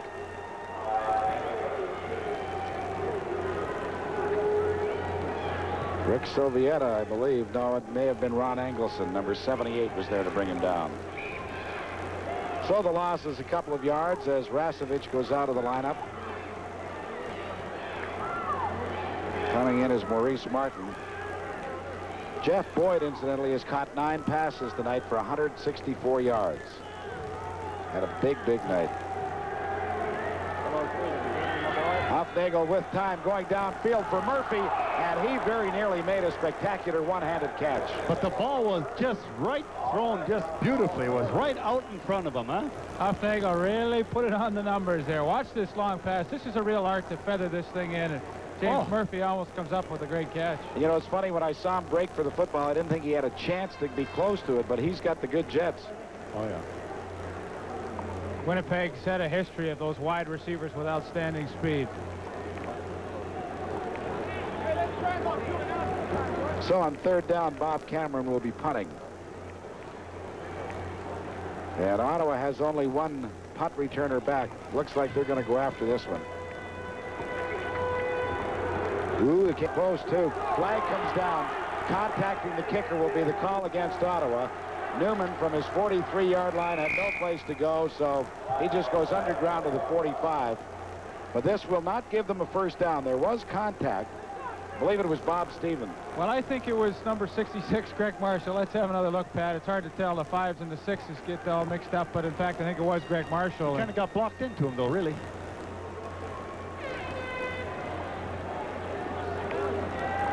The penalty is 10 yards.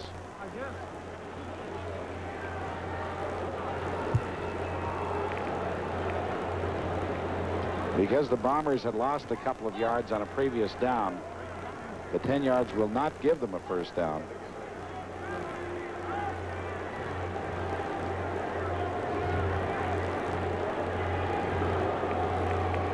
If they were of a mind to, of course, they'd only have a yard. The kicker, Ottawa number 66, third down over. Well, they can work on their punt covering team again now. Yeah. So it's third and a yard after the 10-yard penalty.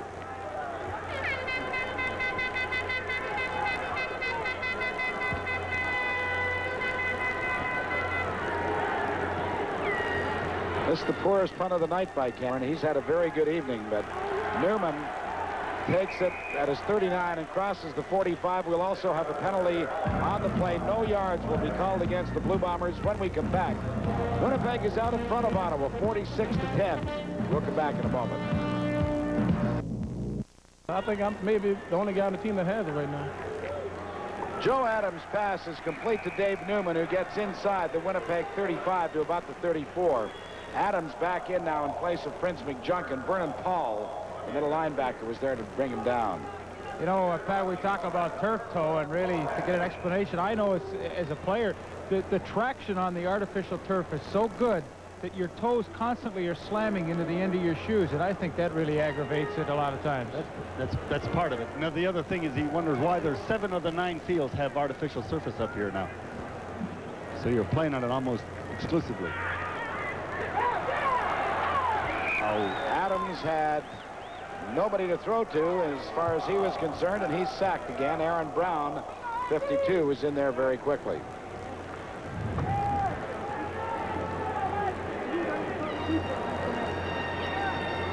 Well, there's nothing you can say about this game except it was a good old-fashioned hammer job by the Blue Bombers. Yeah, and they are a heck of a football team. They play Saskatchewan now in the next couple of weeks in back-to-back series. Saskatchewan's got a good defensive club. Had some problems offensively. That'll be a good game in Calgary, though. Pass is complete to Newman, and he has a first down as he falls forward to the 21-yard line.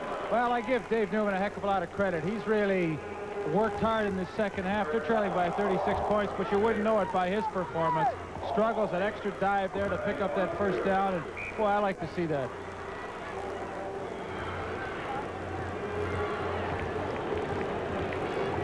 Good move on Holbert Johnson to initially get open. That's a great pass pattern. And Adams again is sacked. Sturdivant, John Sturdivant, the defensive end. He's had a good game. we were talking about those guys before. Yeah, he's had a lot of good games.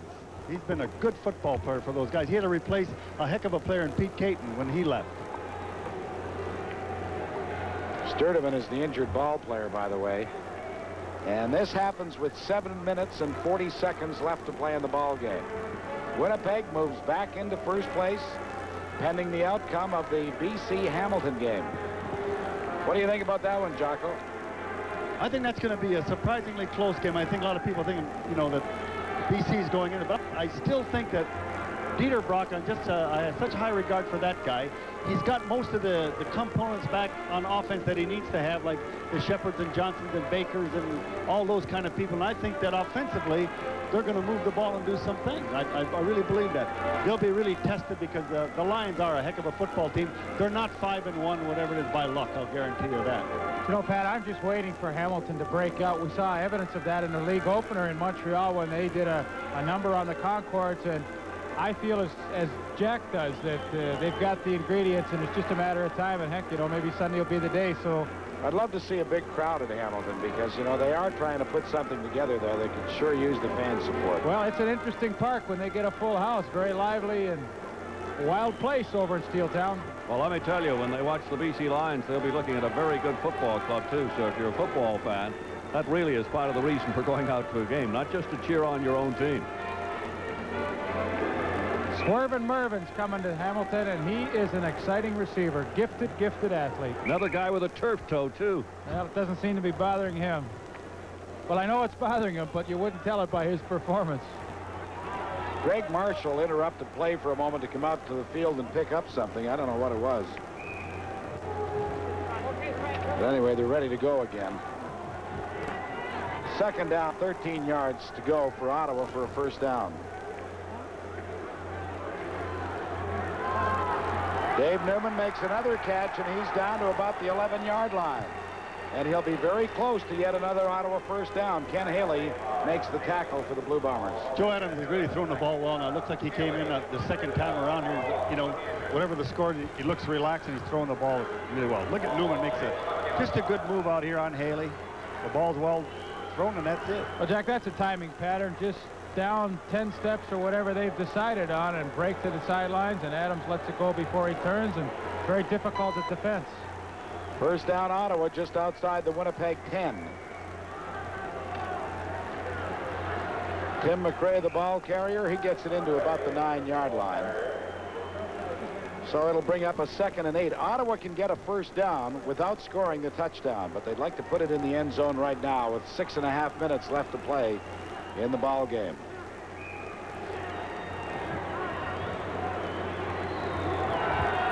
Okay, who do they go to here? They're going to throw the wide receiver to the wide side of the field. He's going to go to his left and throw to the wide receiver. That's Ty Gray. He's out there, and Newman is in the inside of him.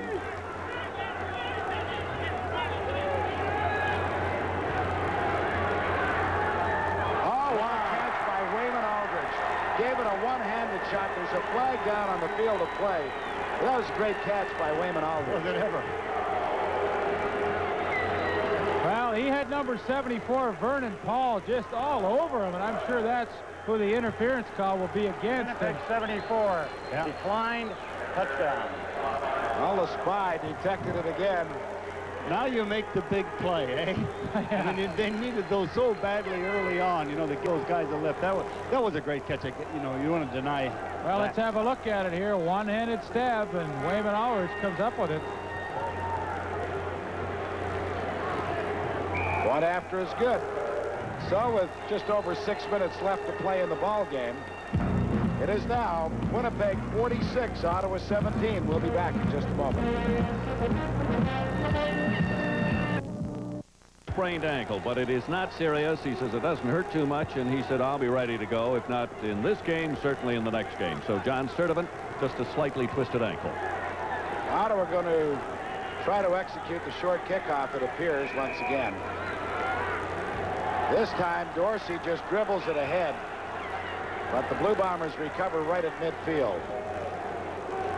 Incidentally, the highest scoring game ever between these teams took place back in 1964 when Winnipeg thumped Ottawa 46-20. Right now, it is 46-17 Blue Bombers with 6:01 left to play. Well, you know how many injuries that Ottawa club has been having, Pat. Now they've lost Shane Ireland. He's got an ankle problem, went over on it. They're not sure how bad it is, but he is certainly through for this game. Incidentally, it was Tony Norman who made that recovery for the Blue Bombers right at midfield, so that's where John Hufnagel and Winnipeg begins from. Willard Reeves fights his way for a couple, not much. Al Washington was one of those in to make the stop, along with Ron Engelson. And Greg Marshall got a piece of that action too. He's played really well tonight. He's worked hard and played well. There's a look at young Shane Ireland, the Ottawa Sooners junior graduate. Dave Smith, the trainer, he's probably the busiest guy in the capital area, isn't he? Wow. I mean, to get all these guys back in the lineup, he'll be working day and night for the next couple of weeks. I can't remember a club being devastated so early in the season at one time as Ottawa has been this year. Hufnagel coughs up the football. And did Greg Marshall get it? Yes, he did. Greg Marshall makes the Ottawa recovery at the Rough Rider 51-yard line with 4:55 left. John Lynch stripped John Hufnagel of that football. Hufnagel has to step up in the pocket.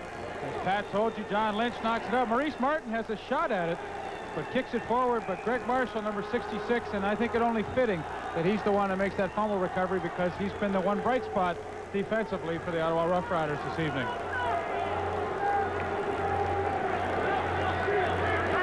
This game's out of reach, but Ottawa would like to end it on some kind of an uplifting note. Well, they won't do it that way because that's the easiest interception he will ever have. Aaron Brown had the ball thrown right to him, and he returns it to the Ottawa 44-yard line. It looked like some kind of a passing drill or something. He just went back there and... Now, once again, Joe Adams looking for his favorite target tonight, Dave Newman, but number 52, Aaron Brown, just steps in front. And boy, as Pat said, that's one of the easiest interceptions he'll ever have. Fourth interception thrown by 7:47 tonight. I guess turnaround's fair play, huh? I suppose.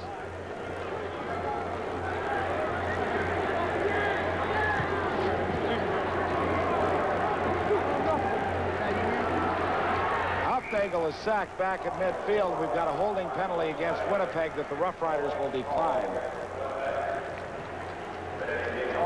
So defensively, Ottawa's still giving it everything they've got with 4:08 left. Winnipeg number 65, decline, second down. Nick Vastaya, the left offensive guard, called for holding. Ottawa declines the penalty because on the sack, Hufnagel lost about 10 yards anyway.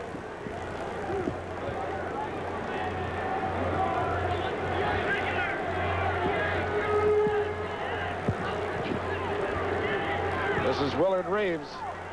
And Reeves breaks it all the way down to the Ottawa 42-yard line for a pickup of about 13 or 14 yards.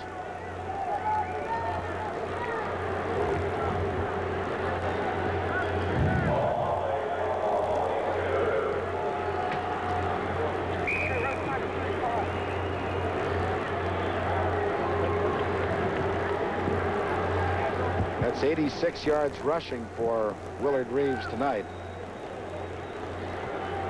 But though he picked up 14 on that play, they're still well short. And so Trevor Kenner tries a 48-yard field goal. That doesn't quite make it. Ricky Barton takes it out of the end zone for Ottawa and gets to the 14-yard line. Why wouldn't he give him one more point and scrimmage the ball up on the 40 somewhere? Well, no, because you don't want to lose by 30. Now they're only losing by 29. All right, Patty O. But to scrimmage the ball way back in the 14-yard line instead of the 40. Yeah. Jocko, we got to get you back into coaching. You're ready for this. All these decisions here. No, I don't. I just, at this point, you want to get something offensively going anyway. Yeah, you know? I don't want to be mean, but I really don't think it makes any difference whether they scrimmage at the 14 or the 40. Jocko, he's not trying to get you out of the broadcast booth, is he? I think he's worried. First down, Rough Riders at their 14. Just over 3 minutes left. Adams' pass is complete. And Dwight Edwards is forced out at about the 21-yard line. He'll have a pickup of about 7 yards. It's Winnipeg 46, Ottawa 17. We'll come back for the final 3 minutes in a moment.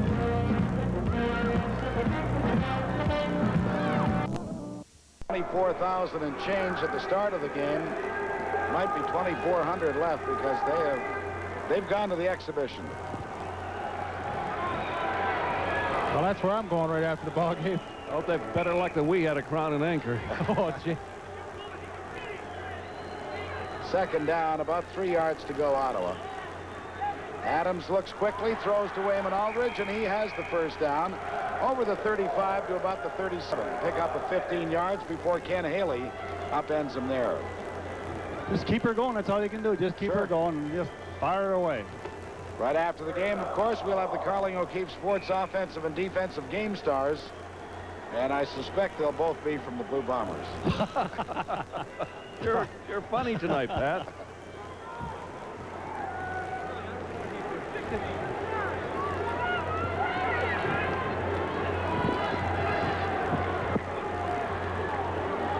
They set up the screen. And Maurice Doyle gets a few yards to about the 48. It's another first down. Tony Norman makes the stop. Now, how about those guys? They're having a good time, aren't they? Oh. You know it's tough when they start wearing the bags, but Jocko, you know all about this stuff. They had you strung up in effigy here. I got it in both languages here back in '73. But we came back and we won the Grey Cup.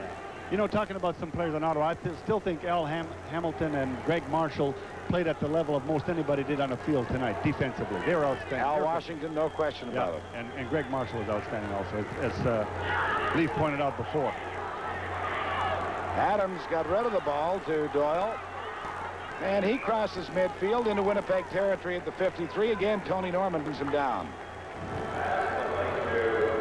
Maurice Doyle's a big fella. He goes about 230 pounds. He and I were having a chat before the ball game, and I told him, I said, keep getting any bigger, you're going to be playing offensive guard next year. He is a big guy. There's no question about it. Well, Ottawa would like to see if they could control the football, maybe pick up the final touchdown of this game. Adams throws to Dwight Edwards, who was a little bit behind him, but the ball that he had both hands on. And Dwight is shaken up on the play, as is the defender from the Winnipeg Blue Bombers. Well, that's David Shaw, number 36, coming over the top to make that hit.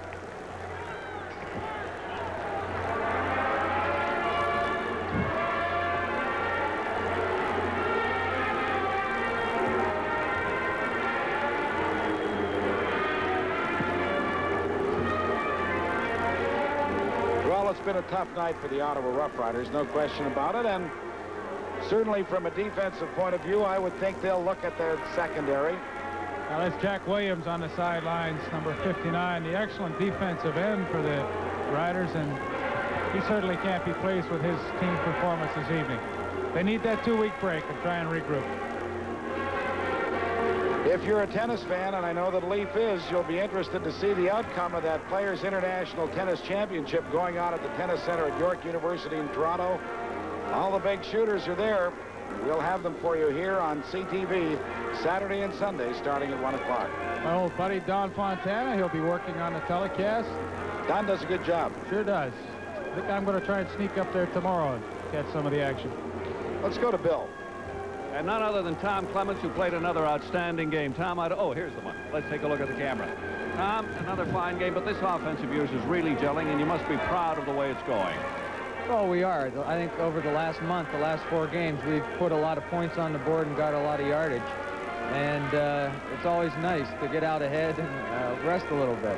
Well, now, you've played with a lot of great offenses because for 5 years you were the leading quarterback in the East, Ottawa, then Hamilton, now with Winnipeg. Is this as good an offense as you've ever had? I think so, because I think we can do everything. We have a good running attack. We have a good balanced passing attack. We have 4 receivers who catch the ball and get open. And we have a good offensive line. So it's, I think in every area you need to be sound on offense. We are. Well, our congratulations to you once again. Okay, thanks. Thanks, Tom Clements. Tim McRae picked up the first down for Ottawa. They will retain possession with 1:36 left to play in this game. You know, Pat, I think there'll be an ad in the Auto paper tomorrow morning that physiotherapists report to Lansdowne Park and help Dave Smith. I think he's got a crew tonight from what he had before. They're fortunate, though, that they are coming up to their break right now because they sure need the 2 weeks. Adams going deep for Ty Gray, and he overthrows his intended receiver. Ken Haley was with him. Just going to take a look. Ty Gray has caught only 1 pass tonight for 13 yards. Before we do anything else, got to thank my old spotter, Brother Bill Marsden, for doing another big job for us tonight. As the Rough Riders face a 2nd and 10 at the Winnipeg 50. This game has been out of reach since the 2nd quarter of play. Never in doubt from that point on. But the same thing happened last week in Winnipeg with Montreal there. Wayman Aldridge makes the catch. Gets very close to the 45-yard line before Delbert Fowler brings him down. Trainer Pat Clayton tells me that David Shaw got a bit of a knock on the head, but he is fine. So while he won't go in the game, of course, he is not seriously hurt by any means. Just a bit of a knock.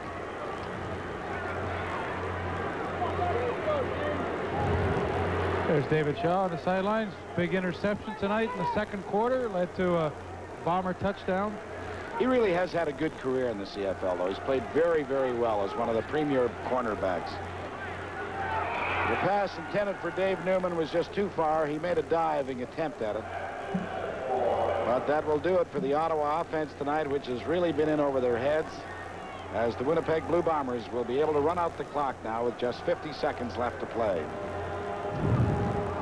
And just a reminder again, we'll have the Carling O'Keefe Sports offensive and defensive game stars right after our ball game. Gosh, offensively, you could just put about 5 names into a hat and pull anyone out and be correct.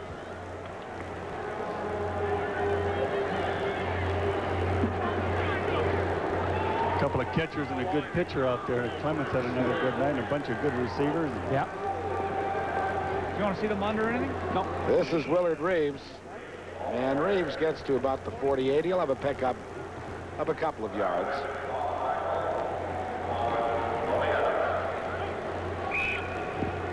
How many days off will Georgia give these guys, would you think, Jocko? I think he'd give them a couple of days off, then he'll come back and work a few, and then a couple more. And then that way he would continually assess the health of all of his players. He's got guys like Skip Walker, J.C. Watts will be coming back for the next ball game. Bourgeot hasn't played a game yet. He comes off the injury. Outstanding young Canadian football player. Mark Seal. There's a whole bunch of good, really good football players that'll be coming back to this guy. He'll be a different team when the next time we see him here. I'm looking forward to seeing Michel Bourgeot because they tell me he's a fine, fine player. Went to Boise. Oh, yeah. Boise in other words, he's on the level with the Doug Scotts and Randy Troutman that are outstanding defensive linemen. He's in that same league with those guys. He's that kind of a player. Well, he's 6'5", 275 pounds. Defensive lineman, can play either end or tackle, and I know the coaching staff is really anxious to get him back in the lineup, see what he can do. He came on a compensation deal for Mike Murphy a couple of years ago. He is an outstanding player. Reeves, the ball carrier again. Rick Sovieta is there to help out on the tackle with just 5 seconds left to play in the ball game. Reeves looking to go over the 100-yard mark tonight, but he doesn't appear to have been able to do so. He's got 90 yards at this point. He might bust one right now. You know what, I was just thinking that. Guys are telling me today, like he's 210 pounds. He bench presses 440 pounds. Whatever that means, he's a real strong guy. Not going to get a chance, though, because Huffnagel goes down on one knee, and that's it. This ball game is history, and the Winnipeg Blue Bombers have moved into temporary sole possession of first place in the Western Conference, pending the outcome of the game in Hamilton on Sunday that we will have for you here on CTV. as the BC Lions will be in Ivor Wynne Stadium to take on the Ticats. But the final score here tonight was Winnipeg 46, Ottawa 17, and there you see Winnipeg on top by 2 points. Edmonton with 6 points will play in Montreal tomorrow night against the Concords, and then that big game in Calgary where the Saskatchewan Roughriders play the Stampeders in a critical game for both those clubs. Let's go to Bill Stevenson. The man coming into the picture with me is the highly successful coach of the first-place Winnipeg Blue Bombers, Cal Murphy. Cal, this is another performance where your club has just blown the opposition out. And I'm just wondering, and I know your Winnipeg fans are you that good? Well, I think our defense played pretty well. We put some points on the board when we had to tonight, and you know, I guess we're playing fairly well right now. We didn't get off to a great start. We did some silly things to begin with. Even the block punt we had, we were offside. You can't make those mistakes when it comes later on in the season. So, but all in all, you know, you got to be satisfied for the win, and I'm glad we don't have to play every game on this artificial turf. Well, that's true, but most clubs do have to play on the artificial turf, and we're getting a lot of injuries as a result, but there's nothing to be done about that, Cal. No, that's true. And but you know, it's little things like even Sturdivant's ankle there. He actually tore the bottom of the shoe right off when he stopped, you know. But I don't know. I'm glad it's over. You know, Cal, I realize this is early in the season, but this club of yours, the way it has been playing, is certainly going to be compared to the best teams in the CFL over the years. Do you feel it has the makings to be that good? Oh, I think it's too far early in the season to even talk about that, to be honest with you. I really do. I think we got a long way to go. We got some more improving to do, I think. And, you know, there's too many other good ones in the league, BC and Toronto. And I really think it's a tough league, to be honest with you. Where is your improving? Where do you feel that your improvement has to come then? Well, I'll tell you this much. After looking at the kicking game tonight, we better improve our coverage. I'll tell you that. Because they were running all over the field against us. Okay, let me ask you, after the game last Friday night, you knocked off the Montreal Concords. You said that was our finest game of the season. Were you better tonight or not as good? Well, I think, as a team in the kicking game and whatnot, I don't think we were quite as good as we were last week in that one. I just think that in this one tonight, in a tight ball game, those kickoff returns and punt returns would have hurt us tremendously. Congratulations, Cal Murphy. Your club's a joy to watch. Thanks very much. Cal Murphy, head coach of the Winnipeg Blue Bombers, and we'll be back in a moment. Defensive game stars as selected by our broadcast crew from the Winnipeg Blue Bombers. Wide receiver Jeff Boyd is the offensive star, and from the Big Blue, linebacker Ty Jones is the defensive star. Each of tonight's stars will receive a solid-state portable television set, compliments of Citizen. Let's go downstairs and meet them. All right, and let's meet, first of all, Jeff Boyd. Jeff, you had 10 catches, 164 yards, 1 touchdown. Was this your best performance of the year? Yeah, so far, it's definitely my best performance. Last year, we came out here and got embarrassed, so we really had something to prove tonight. Yeah, you said you wanted to get 50 points. You were trying to rub it in. No, not really. We want to get some confidence on offense. 46 points is a pretty good effort, but 50 would have been much nicer. You had a little confidence coming out of the Montreal game, too. You annihilated them. Oh, yeah, we had good confidence. We played Montreal. I think that was our best game so far. We came out here, and Ottawa's pretty beat up, so we kind of took advantage of it. Here comes that touchdown. Tell us how it went, Jeff. Well, we had been running the quick out early in the game, and it had been successful, and they started coming up on the corner, so Tommy told me to run an out and up, and just came up. Oh, this looks like a curl here. I got a curl in front of Johnson and got away for a few more yards. Beautiful move, I'll tell you. Just a great move to get away. Thank you. Yeah. Let me ask you, Jeff, you know, with the quarterbacking you've got, Tommy Clements, who's doing such a great job, Huffnagel, who comes in as the second man, that really has to help the offense, too. You work well with them. Oh, definitely. There's not much difference between Tommy and John Huffnagel. They both move the ball real well. They get the ball to all the receivers, so we're happy with both the quarterbacks. I better say hello to my mother, Joy, back in Fountain Valley before we finish this interview. All right. Hi, Joy. Jeff Boyd, congratulations. Thank you. And have a lot more games like this one tonight. Oh, thanks a lot. Jeff Boyd, our offensive star of the game. Now, Ty Jones, the defensive star. We talked with you earlier, Ty. We talked about the fact that you have got one of those toes that come off the artificial turf, and boy, they're plaguing the league right now.